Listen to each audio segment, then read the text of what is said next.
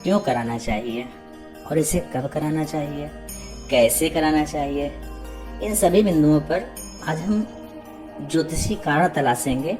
आखिर रुद्राभिषेक क्या है और कैसे कराएं।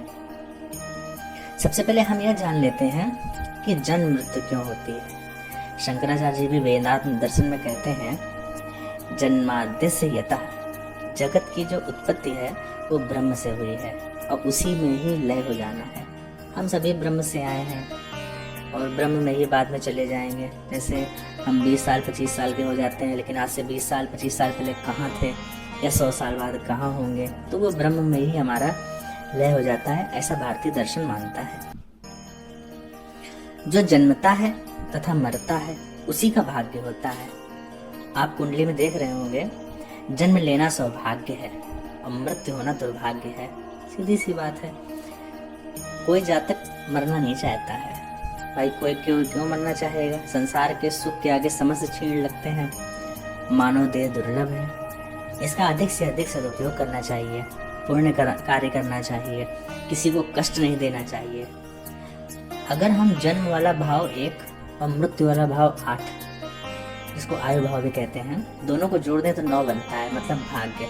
इसका मतलब है जो जीवित है उसी की भाग्य है। जो जन्म मरण के चक्र से मुक्त हो जाता है उसकी भाग्य नहीं होती है। उसको कह सकते हैं कि दिमागी रूप से अगर कोई व्यक्ति जन्म मरण बंधन से निकल गया है, सोई जाने जनुदेई जनाई जाने तुम्हें तुम्हें हो जाई, मानस में गोस्वामी जी कहते हैं। जो सप्तम भाव है इसकी जड़ लग्न में होती है। आप देख पा रहे होंगे, मस्तिष्क और उपस्थ। सप्तम भाव उपस्थ है, मस्तिष्क हमारा पहला भाव है। आज की जो पीढ़ी है उसे ध्यान देना चाहिए। अगर मस्तिष्क में हम अच्छे विचार ग्रहण करेंगे, काम पर नियंत्रण करेंगे, तो जब हम मस्तिष्क को अपने आप मैनेज करेंगे तो हमारा जो सप्तम भाव, हमारी जो गुप्तांग है या हमारी जो काम वासना है, वो स्वयं जो है हमारी जो है अपने आप में ही ये कह सकते हैं कि वो कंट्रोल्ड हो जाएगी। हमारे वेदों में कहा भी गया है, भद्रम कर्णे शृणुयाम देवाः भद्रम पश्येमाक्षभिर्जत्रा स्थिरैर्तुष्टुवांगं सस्तनूभिः व्यसनेन देवहितं यदायुः। अर्थात कानों से सदैव हमको कल्याणकारी वचन सुनना चाहिए और आंखों से सदैव कल्याणकारी वचन देखने चाहिए। ये आजकल जो गलत साहित्य, गलत वीडियोस, गलत चीजें आ रही हैं, अकल्याणकारी लोग देख रहे हैं, उसका हमारे मन मस्तिष्क में बहुत गहरा प्रभाव होता है। सप्तम भाव में जब अग्नि प्रज्वलित होती है तो मस्तिष्क जलने लगता है, क्योंकि वो दोनों 180 डिग्री पर होते हैं और व्यक्ति सनकी, पागलपन, चिड़चिड़ाहट, उग्र, उदास, थकान, कमजोरी, अशांत चित्त का हो जाता है। इसीलिए उसे शिव का अभिषेक करना चाहिए। शिव का जलाभिषेक क्यों, आपको समझ में आ गया होगा, क्योंकि अग्नि जो है वो जल का पुत्र है। अग्नि का पुत्र जल है, थोड़ा क्षमा कीजिएगा। जब हम शिव पर जल अर्पित करते हैं तो वह मन को शांत करता है। तभी कहते हैं तस्मै रुद्राय नमः। उस रुद्र को मैं नमन करता हूँ। आप शिव जी पर जब जल चढ़ाएंगे तो आपका मन शांत होगा और जो अग्नि आपकी सप्तम भाव की है वो शांत होगी। इसीलिए हम लोगों को हर जगह आपको पूरे विश्व में शिवलिंग मिल जाएंगे, इसी कारण से, क्योंकि शिवलिंग एक वैज्ञानिक प्रक्रिया के अंतर्गत बनाए गए थे कि हमारा जो है मस्तिष्क जो है हमारे कंट्रोल में रहे।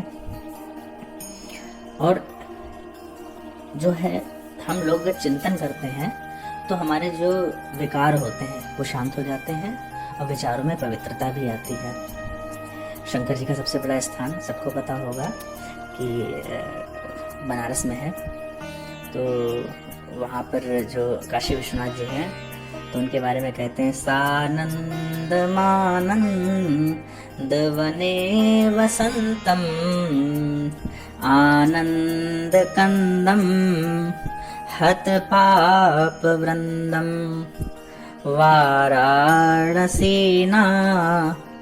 मनाथ नाथम श्री विश्वनाथम शरणं प्रपद्ये। श्री विश्वनाथम शरणं प्रपद्ये। वाराणसी पूरी एक नियत स्थान है जो जातकों के शरीर में समान रूप से विद्यमान रहता है। नासिका के जो दो हमारे छिद्र होते हैं जहाँ पर मिलते हैं जाकर के, उस स्थान को स्वर शास्त्र में वाराणसी कहा गया है और यह प्राण स्वरूप होती है। आइए अब आगे बात करते हैं रुद्र देवता की। रुद्र देवता क्या है?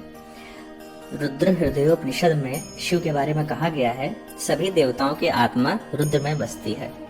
सभी जितने भी देवता हैं सबकी आत्मा जो है वो रुद्र से आई है। नमस्ते रुद्राय इसीलिए कहा जाता है।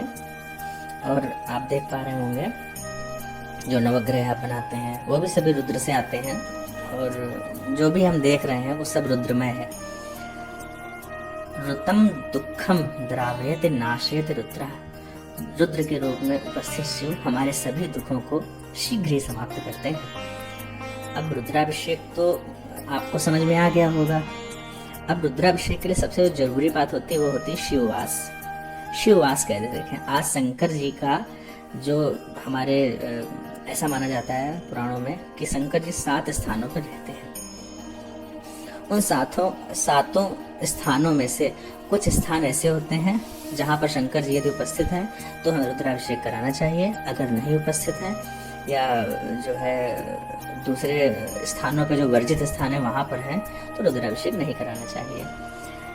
इसके लिए एक सूत्र, गणितीय सूत्र होता है, तिथ का 2 गुना करके आप 5 जोड़ दें, जो अवशेष से भाग करेंगे तो आपका जो है शिव स्थान आ जाएगा। अगर गौरी जी के पास शंकर जी है तो सुख संपदा आती है। यदि सभा में है तो ताप आता है, नहीं कराना है। क्रीड़ा में है तो कष्ट आएगा। कैलाश पर है तो सुख आएगा। वृषभ आरूढ़ है तो अभीष्ट सिद्धि सबसे सुंदर होता है अगर शंकर भगवान वृषभ पे आरूढ़ हैं। भोजन अगर कर रहे हैं भगवान शिव तो पीड़ा आएगी। अगर शमशान में है तो मरण आएगा। रुद्राभिषेक कराने से पहले शिववास अवश्य देख लेना चाहिए। आगे हम बढ़ते हैं, रुद्राभिषेक किन वस्तुओं का किया जाए। रुद्राभिषेक किसी भी सामग्री से आप कर सकते हैं, पर उनमें कुछ विशेष सामग्रियां इसकी टेबल मैंने लगा दी, आप देख लीजिए। और अगर इन सामग्रियों से किया जाए तो ये फल मिलते हैं। तो भगवान शिव का आज रुद्राभिषेक का ये जो है वीडियो इसीलिए आपके लिए लाया गया कि आप जान सकें भगवान शिव क्या हैं, भगवान शिव कैसे हैं, भगवान शिव का निवास कहाँ पर है, हम इस संसार में क्यों आए हैं।